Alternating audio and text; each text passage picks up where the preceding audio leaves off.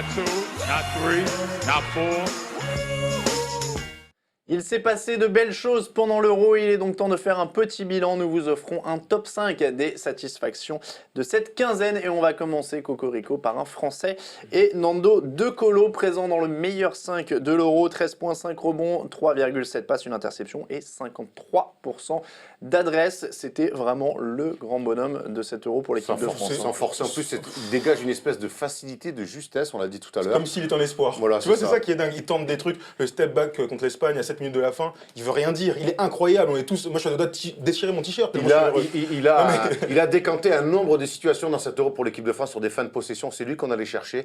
Il a vraiment franchi un cap, mais c'est vraiment de bon augure pour la suite. Après, tu sais, tout à l'heure, tu disais, ça vient pas de nulle part. Alors, ça vient pas de nulle part. De Colo, on le connaît depuis longtemps. Maintenant, si il y a 2-3 ans, quand il jouait pas en NBA, tu m'avais dit qu'il serait aussi fort, je t'aurais pas cru. Parce que là, ce qu'il a montré, c'est le meilleur joueur de l'équipe de France. Donc devant tous nos cadres et je sais pas quoi. Mais plus que ça, il a réussi. On parle de gamme, de tir et je sais pas quoi. Il met des step back. Il va tu vois, il a une puissance physique, sans aller au dunk, je sais pas quoi, mais sur les premiers pas, sur les layups, il est avec la faute. J'ai encore une action là, quand Pogazol lui fait une faute, elle n'est pas sifflée sur un layup, mais il est super haut et il y a un gars de 2,15 qui vient le contrer, il s'en fout, il est facile. Et ça, c'est un truc, on pouvait pas espérer mieux de lui finalement. Très belle saison au CSKA Moscou. Ah oui, deuxième 5 d'Euroleague. Qui le lance, deuxième 5 Oui, il d'Euroleague. méritait le premier. Hein. Oui. Et surtout, la grande question que tout le monde se pose et que beaucoup se sont posés à la vue de cet Euro, retour en NBA, oui ou non? Pas l'année prochaine, il lui reste un an de contrat. Moi, je sais pas si ça l'intéresse. Voilà, alors il y a deux questions. C'est est-ce que c'est faisable et est-ce que c'est souhaitable? Faisable, tout est faisable. À partir du moment où il est libre de tout contrat, c'est faisable. Maintenant, dans quel rôle? Voilà. Moi, c'est dans quel rôle? Si une équipe lui file les clés vraiment du jeu, de la créa et tout. Ce qui est improbable. Hein. Mais je vois pas comment. Si on lui file 20-25 minutes, pourquoi pas? Si c'est pour lui faire jouer 5 minutes, des bouts de match comme il a connu un petit peu sur la fin à San Antonio, ça n'a aucun intérêt. Je préfère le voir à Toronto, je préfère le voir jouer 30 minutes en Euroleague avec le CSKA Moscou et lui aussi. C'est à peu près le même salaire en plus. Il s'éclate et au niveau de l'oseille, je crois qu'il s'y retrouve aussi. Hein. Après, moi, je pense que lui, c'est le même cas de figure que tous les grands joueurs européens, comme Teodosic qu'on voit ces derniers temps, Jasikevicius et tout ça. C'est des mecs qui sont tellement forts en termes de basket, mais avec un physique un peu moins que pour la NBA et tout ça, que s'ils n'ont pas un grand rôle en NBA, ils perceront jamais. Ces gars-là, si tu fais le choix de le recruter, et ben tu lui dis, bon, t'es le leader, pas de mon attaque, mais en tout cas, tu fais partie de mes pièces fortes, mes éléments forts en attaque, et je vais compter sur toi. Si c'est pas le cas, il servira jamais à rien. Et là, tu viens de le dire, je préfère qu'il prenne 30 minutes et qu'il fasse des Final Four Euroleague chaque année. Et lui, il va beaucoup plus s'éclater. C'est aussi compliqué au niveau du poste, non? Il joue où, De Colo? On avait déjà eu un peu le problème en NBA. Je parle en NBA. En NBA, il peut jouer 1. En NBA, il peut jouer 1. C'est justement le profil que toute la NBA cherche, un profil scoreur, voire mieux. Parce que lui, créateur, qui est aussi passeur, c'est un mec complet, honnêtement. Après, peut-être pour défendre sur des John Wall, il va manquer un peu de sauce et tout. Après, ça sera pas un premier meneur, mais il mérite une vraie place. Mais s'il y va, il faut qu'il ait une vraie place, un vrai rôle. Si c'est pour y aller, pour faire le bout du banc, il a connu ça à la NBA. S'il y retourne, je pense qu'il le fera pas d'ailleurs. S'il y retourne, c'est pour avoir, si on lui propose un vrai rôle. Sinon, il y retournera pas. Bon, on est d'accord que c'est aussi amusant de le voir s'éclater avec le CSKA. Ah oui, oui. Pour lui, de toute façon, après, il joue dans une salle où il y a 200 personnes et ça n'a pas d'ambiance, mais et la mascotte est un cheval. Au CSKA Moscou. Vrai info. D'accord. On passe à notre à notre numéro 2, donc du top 5, la Lituanie. On ne les attendait pas, on l'a dit, ils sont toujours là. Jonas Valanciunas a été le leader, 16 points, 8,4 rebonds. C'est plutôt prometteur pour cette équipe. Mais ils sont dans leur lignée, ils ont une régularité dans le haut niveau, ils sont tout le temps là. Voilà, c'est une équipe. Pareil, la semaine dernière, on disait les Lituaniens cette année c'est un peu moins bien et tout. Ben, rien du tout. Voilà. Bien coaché, un vrai banc, ça tourne, il y a des rotations, ça se passe la balle. Ils sont contents d'être là et voilà, ils prennent des médailles à chaque fois. Il faudra même compter sur eux aux Jeux Olympiques. Ce qui est drôle avec cette équipe, c'est qu'on ne les attendait pas, c'est sûr. Maintenant, ils ont réussi à cliquer sur le match.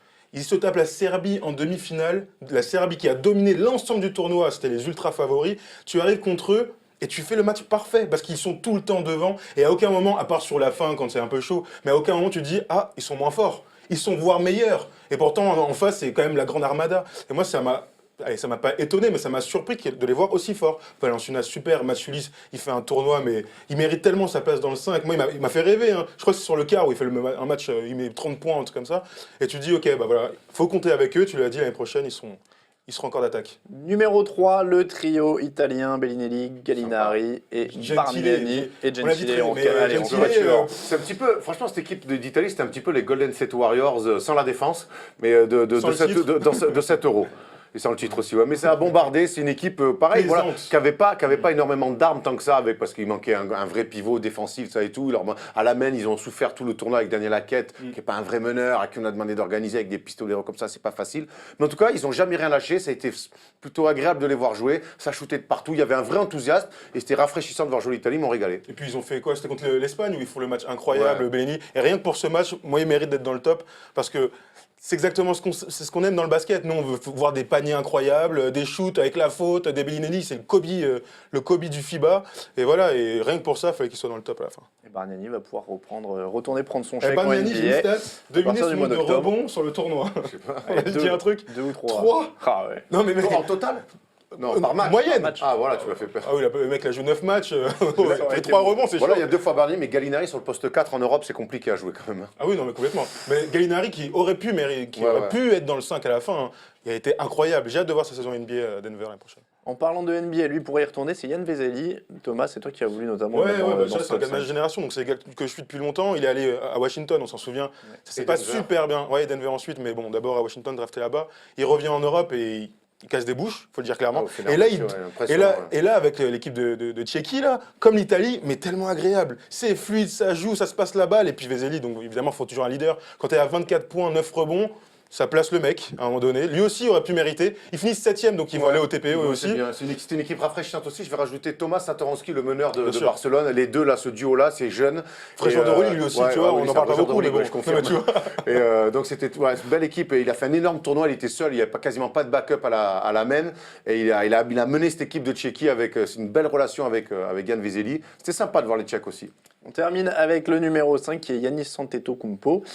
9,8 points, 6,9 rebonds. Dans les stats, c'est pas flamboyant, Non, mais c'est un joueur qui fait des choses dont On voit, qu'on voit pas voilà, forcément. qu'on voit rarement. En plus, il est dans une équipe qui est très au sol, où ça manque un petit peu de qualité athlétique, et lui amène cette dimension-là. On l'a vu aussi mettre des tirs extérieurs. Il a progressé en 2 ans, voilà, tu il vois. amène beaucoup de choses sur un terrain. On voit que lui, il amène une énergie, un dynamisme. Il se trompe rarement dans les rotations. Et puis, c'est un joueur qui est modelé pour la NBA, mais on voit dans un contexte FIBA aussi qu'il arrive à être discipliné. Et moi, là-dessus, c'est là-dessus qui m'a vraiment le plus impressionné. On voit que sa formation a été faite quand même en Grèce. Et que c'est un vrai joueur de basket. Le mec, il pue le basket. Alors, il fait de 11, il a des bras comme ça et je sais pas quoi, mais il pue le basket, tu viens de le dire. On ne voit que lui. Et pourtant, il joue avec qui? Les Spagnulis, les machins, tu vois, Printezis et tout. Mais on ne voit que lui. Dès qu'il est sur le terrain, il gobe tous les rebonds. D'ailleurs, son dernier match, il fait, en quart de finale, il prend 15 rebonds. 15 rebonds pour un ailier. Ok, il fait de 11, mais rien que pour ça. Voilà, c'est des joueurs différents et on a hâte de voir ce que ça va donner l'année prochaine et par la suite. À Milwaukee et en FIBA aussi. des beaux souvenirs donc pour cet Euro qui est malheureusement déjà terminé. C'est passé tellement vite. Eh oui, bah ça dure que 15 jours, hein. C'est pas, Ouais. c'est Ah, pas la Coupe du Monde de rugby. Hein. On enchaîne avec les tops et les flops.